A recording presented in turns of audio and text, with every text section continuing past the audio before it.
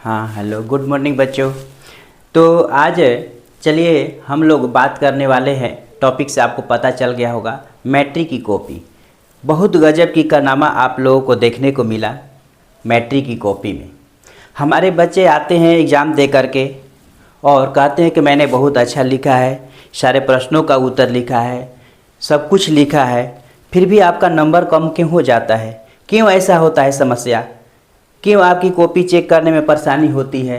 इसके बारे में हम आज चर्चा करेंगे। आप जब एग्ज़ाम देते हैं तो घबराए होते हैं और गजब गजब के कारनामे करके बैठ जाते हैं, और इसके चलते जो कॉपी चेक करने वाले होते हैं, एग्जामिनर जो होते हैं, वो परेशान हो जाते हैं। और आप इस तरह के क्वेश्चन का हल करते हैं कि उसका कोई हिसाब नहीं होता है। तो आप इस तरह के गलतियां करते हैं जिसके चलते आपका मार्क्स बहुत कट जाता है। तो आइए हम इसी पर संबंधित आज बात करने वाले हैं कि आप मैट्रिक की एग्ज़ाम देते हैं और उसमें किस तरह से आप गलतियां करते हैं। सबसे तो मुझे देख करके यह अचंभित हो रहा है कि आप लोग कॉपी कहते हैं क्या कि हम लोग ऑनलाइन पढ़ते हैं, तो कोचिंग पढ़ते हैं, तो ये करते हैं, वो करते हैं, सारे चीज़ करते हैं, और आप सारे प्रश्नों को छोड़कर कुछ प्रश्नों का नंबर देने में आप गलती करते हैं, नंबरिंग गलती करते हैं, और क्वेश्चन का शुरुआती कैसे हो ये आप नहीं जानते हैं। तो क्या पढ़ते हैं, कैसे पढ़ते हैं आप? यही आपकी सारी समस्या है और जिसके चलते आपका कॉपी का मार्क्स अच्छा नहीं हो पाता है। आइए हम लोग इसके बारे में जानें और आप क्या क्या गलती करते हैं इसके बारे में आप देख रहे हैं अंशु अजय मैथ एक्सप्रेस। इस चैनल में आपका स्वागत। आपकी सबसे बड़ी समस्या के बारे में हम चर्चा करते हैं। आप जब क्वेश्चन को पढ़ते हैं तो क्वेश्चन में क्या होता है कि क्वेश्चन में जैसे दिया गया है, मान लीजिए कि क्वेश्चन नंबर 1 है और क्वेश्चन नंबर 1 में लिखा हुआ है कि निम्नलिखित प्रश्नों का उत्तर दें।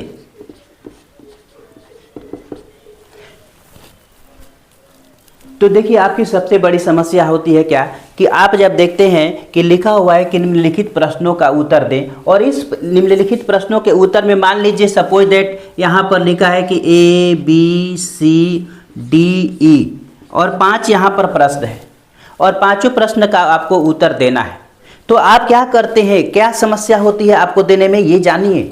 आप जब मान लीजिए कि 5 प्रश्न यहाँ पर उत्तर देना था, हमको क्या करना है कि निम्नलिखित प्रश्नों के उत्तर दो। एक में हमारा ABCD 5 है, लेकिन जब आज पांचों प्रश्न के जब उत्तर देते हैं तब आप क्या करते हैं, किस तरह की गलतियाँ करते हैं। जैसे मान लीजिए कि हमने एक शुरू किया, उत्तर पुस्तिका में आपने जब शुरू किया एक, तो आप एक का जैसे हमको A नंबर देना है या B नंबर देना है, तो हम लिखेंगे कि एक का A है या एक का B है या एक का C है, कोई नंबर हम देंगे और तब इसका उत्तर लिखें। लेकिन आप क्या करते हैं, आप क्या लिखते हैं, आपको मैंने कॉपी में देखा है, आप लोग क्या करते हैं कि आप लिखते हैं, तो यहाँ पर जैसे मान लीजिए कि यहाँ लिखा हुआ है 1, तो आप यहाँ पर जब उत्तर देते हैं तो लिखते हैं कि एक का लिख करके आंसर आप लिख देते हैं, और जब B का उत्तर लिखना होता है तो आप लिखते हैं कि 2 का आंसर आप लिखते हैं। इसके बाद C के जगह पर आप 3 का आंसर लिखते हैं।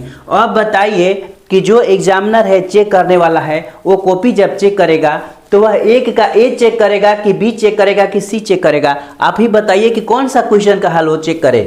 तो ये समस्या आप लोग उत्पन्न कर देते हैं कि ये पता नहीं चलता है। इसी तरह मान लीजिए कि एग्जाम में जैसे मान लीजिए कि दूसरा का भी आपका ऑप्शन दिया हुआ है, ABC आपको दिया हुआ है, इस तरह से दिया हुआ है, तो वह इस एक का A समझेगा कि 2 का A समझेगा?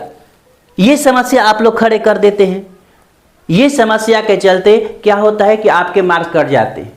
और तो सबसे पहले यही है कि आप जो नंबर देते हैं उसमें आप नंबरिंग जब भी करें तो इस तरह से, जैसे हम A का लिख रहे हैं A, तो 1 नंबर का हमारा A लिखेंगे, 2 नंबर का लिखते हैं तो 2 नंबर का B लिखेंगे या A लिखेंगे।